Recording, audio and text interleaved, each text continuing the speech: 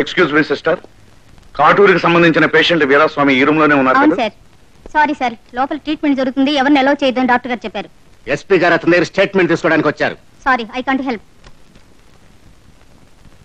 Sister, అతను compose ఇచ్చా, సాయంత్రం వరకు ఎవరు డిస్టర్బ్ చేయకుండా చూడండి. డాక్టర్, మేము అతని స్టేట్మెంట్ తీసుకుని కోర్టులో ఫైల్ చేయాలి, చాలా urgent. I'm sorry. Come on doctor.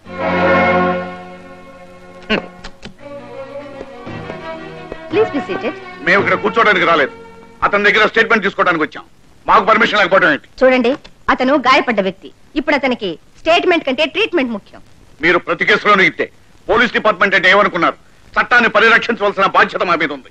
మీరు అవకాశం ఇచ్చినప్పుడు అతని దగ్గర స్టేట్మెంట్ తీసుకుంటూ కూర్చుంటే అవతల కోర్టు మా కోసం టైం వేస్ట్ చేసుకోలేదు. చూడండి, మీ చట్టాలు మీ కోర్టులు మనుషుల కోసమే ఉన్నాయి.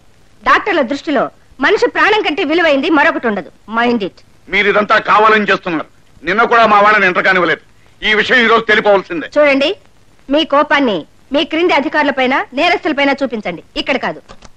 డాక్టర్, 5వ నెంబర్ బెడ్ పేషెంట్ ని చెకప్ చేయాలి. Yes, coming.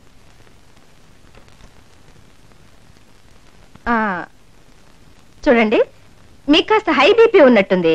ఓపీలో రాయించుకొస్తే చెక్ చేసి పంపిస్తాను. Not necessary.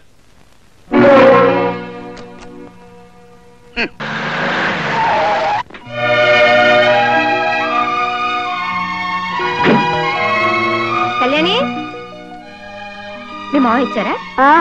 వేడికిపోయిన బుర్ర మీద చన్నీటితో డీడికి చేస్తున్నారు బాత్రూంలో.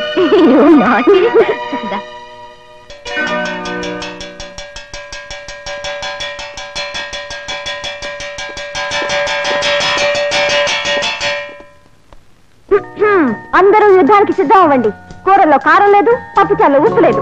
జైళ్లలో మగ్గిన కమ్యూనిస్టులా ఎలా తింటారో ఏమో పాపం. అలాగే, చేతులు మాత్రం మూసుకోనుకు, వడ్డించడం కష్టం. అత్తయ్య, నీకేం వడ్డించను? మాకుండని ముందు ఆయనకు చూడు. అబ్బో, గౌరవాలని కంచాల దగ్గరే.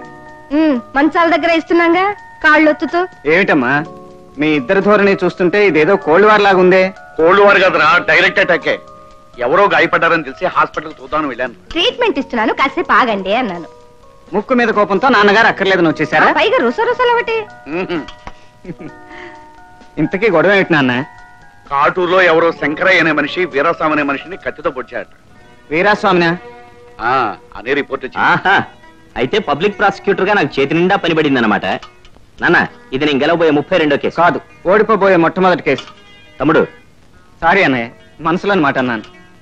సరేలేరా, అసలే మీ నాన్న నేను ఎడమొహం పెడమొహంగా ఉన్నాం. ఇక మీరిద్దరు కూడా పోట్లాడుకుంటే అందరినీ నవ్వించడానికి నేనున్నాను.